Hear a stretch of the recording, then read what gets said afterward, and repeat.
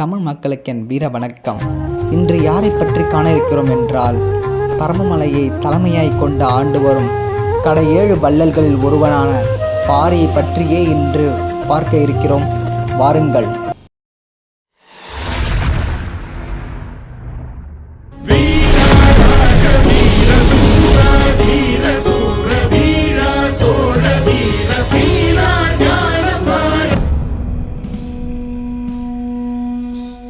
கடையேழு வள்ளல்களில் முதலாவதாக வேள்பாரி. பாரி எனும் வள்ளல் தமிழகத்தின் ஒரு பகுதியை ஆட்சி செய்து வந்தான். அவன் ஆட்சிக்கு உட்பட்ட நாடு பரம்பு நாடு என்று அழைக்கப்பட்டது. பரம்பு நாடு பல்வளங்கள் கொழிக்கும் நாடாக விளங்கியது. ஓங்கி உயர்ந்த சந்தன மரங்கள், உயர்ந்தோங்கி வளர்ந்த மூங்கில் மரங்கள், வேங்கை மரங்கள் என மலையின் பலவிடங்களில் விளங்கி காண்போரை கவர்ந்தெழுக்கும் பசுமையோடு விளங்கியது. அவ்வாறே அருவிகள் விழும் நீரோசை எங்கும் எப்போதும் கேட்டுக்கொண்டே இருக்கும். பரம்பு நாடு 300 ஊர்களை உடையது. பகை நாட்டு மன்னர்கள் மக்களும் பொறாமை கொள்ளும் அளவிற்கு செழுமையோடு வளம் பொருந்தி காட்சியளித்தது. பரம்பு நாட்டை முதலில் ஆண்டவன் வேள்நெவ்வி என்பவன் ஆவான். அவனுடைய வழிமரபில் தோன்றி அள்ளி கொடுக்கும் கொடைப்பண்பில் உயர்ந்தவனாக விளங்கியவன் வேள்பாரி. பாரி தன்னுயிரை போலவே மண்ணுயிர்களை கருதி காத்து வந்தான். வாடிய பயிரை கண்டபோதெல்லாம் வாடி நின்ற உழவர்களின் வருத்தத்தை அறிந்து அவர்கள் வாட்டத்தை போக்கினான். கண்ணின் இவை போல குடிமக்களை காத்து வந்தான். பாரியின் அரண்மனையில் எப்பொழுதும் புலவர் கூட்டமும் பாடும் பாணர் கூட்டமும் ஆடும் கூத்தர் கூட்டமும் நிரம்பி இருக்கும். எவ்வளவு பேர் வந்தாலும் கைமாறு கருதாமல் அன்று பூத்த மலர் போல முகத்தில் மகிழ்ச்சியுடன் வாரி வழங்குவான். கொடைச்செல்வமும் படைச்செல்வமும் பாரியின் இரு கண்களாக திகழ்ந்தன.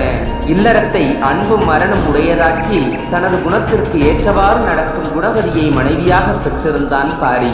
பாரி மன்னனுக்கு 2 பெண் மக்கள் பிறந்தனர். பெண் மக்கள் இருவரும் தந்தை சொல்மிக்க மந்திரமில்லை, தாயில் சிறந்ததோர் கோயிலும் இல்லை என்னும் மூத்தோர் மொழியை மனதில் பொன்மொழியாய் போற்றி மக்கள் போற்ற வாழ்ந்து வந்தனர்.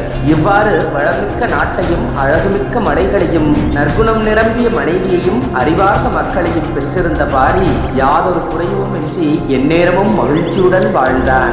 பரம்புமலையை பார்வையிட்டு பரவசம் அடைவான் பாரி.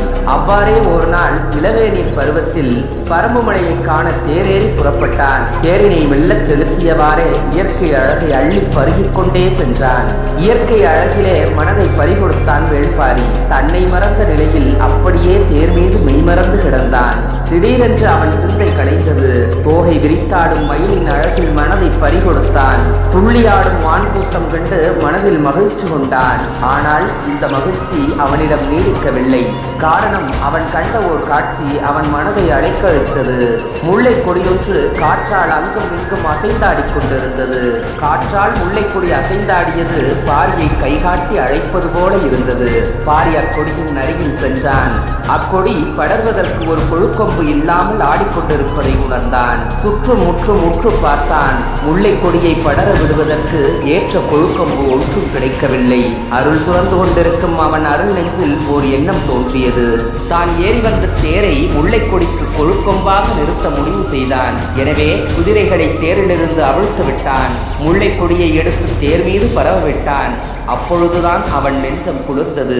நிறைந்த மனதோடு அரண்மனையை நோக்கி கால்நடையாகவே சென்று சேர்ந்தான். பாரியின் பறந்து விரிந்த அருள் நெஞ்சை கேட்டு ஊரெல்லாம் வியந்து பேசினர். பரம்பு நாட்டிற்கு அப்பாலும் பாரியின் அருள் நெஞ்சை கேட்டவர் பாராட்டி பேசினர். பாரி முல்லைக்கு தேரடித்த செய்தி பாண்டிய நாட்டில் உள்ள திருவாதவூரில் வாழ்ந்த கபிலர் எனும் புலவர் செவியில் எட்டியது. குறிஞ்சித்திணை பாடுவதில் வல்லவர், வாய்மொழி கவிஞர் என்று நக்கீரரால் பாராட்ட பெற்ற புலவர் பாரியை காண வேண்டும் என்று பரம்பு நாட்டிற்கே வந்துவிட்டார். பாரி கபிலரை பற்றியும் கபிலரிடம் புலமையை பற்றியும் பல புலவர்கள் வாயிலாக கேட்டறிந்தான். அவன் மனதில் கபிலரை காண வேண்டும் என்ற ஆசை இருந்து கொண்டே இருந்தது.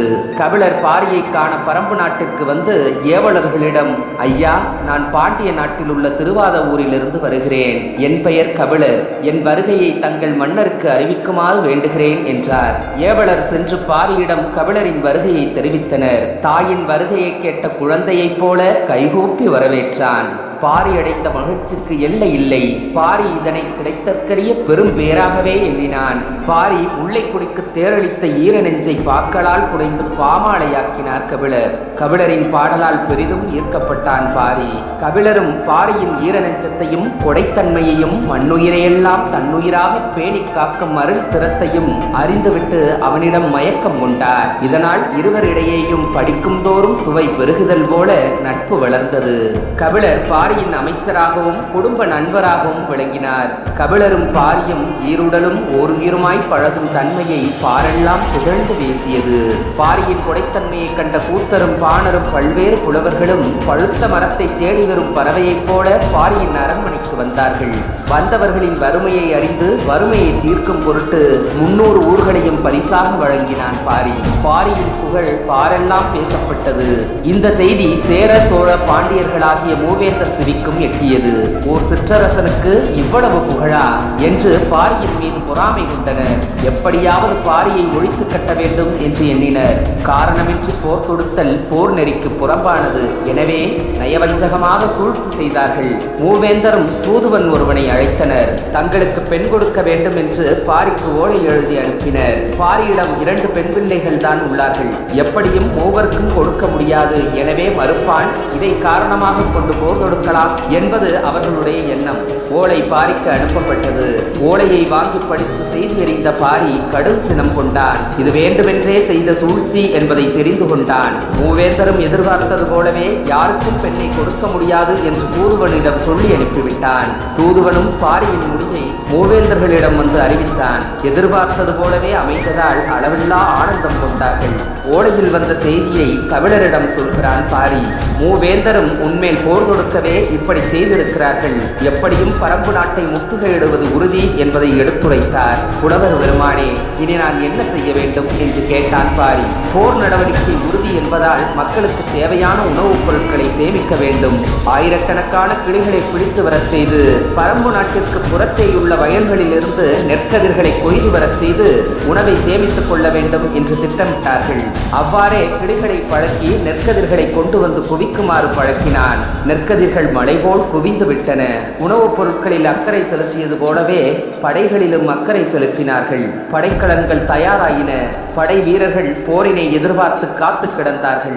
எல்லோரும் எதிர்பார்த்தபடி மூவேந்தரும் தத்தம் படைகளுடன் ஒரு நாள் இரவு பரம்பு நாட்டை வளைத்துக் கொண்டார்கள். பாரி ஒரு நாளிலேயே அடிபணிந்து விடுவான் என்று அவர்கள் மனக்கோட்டை கட்டினார்கள்.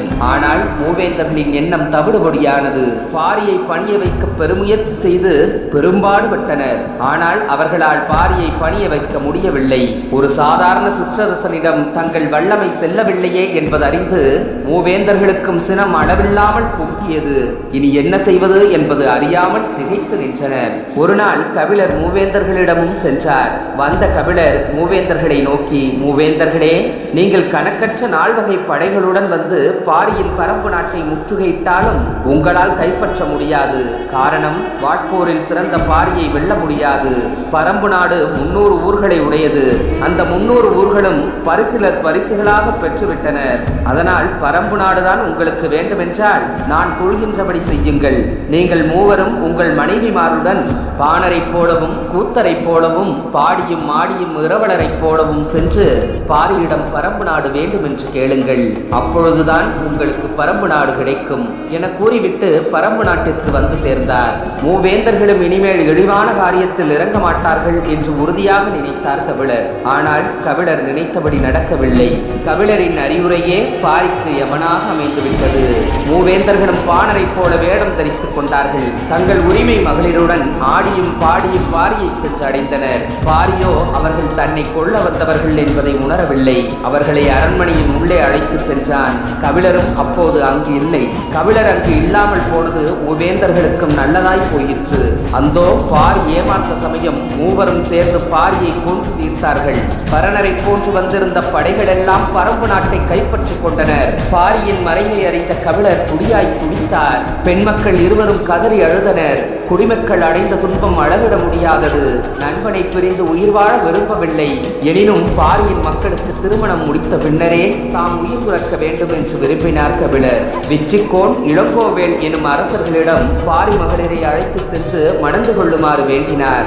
ஆனால் அவர்களோ மூவேந்தர்களின் பகைக்கு அஞ்சி மறுத்துவிட்டார்கள். கபிலர் மனம் உடைந்து போனார். பாரி மகளிரை தனக்கு தெரிந்த அந்தனர் ஒருவரிடத்தை அடைக்கலமாக விட்டுவிட்டு வடக்கிருந்து உயிர் துறந்தார்.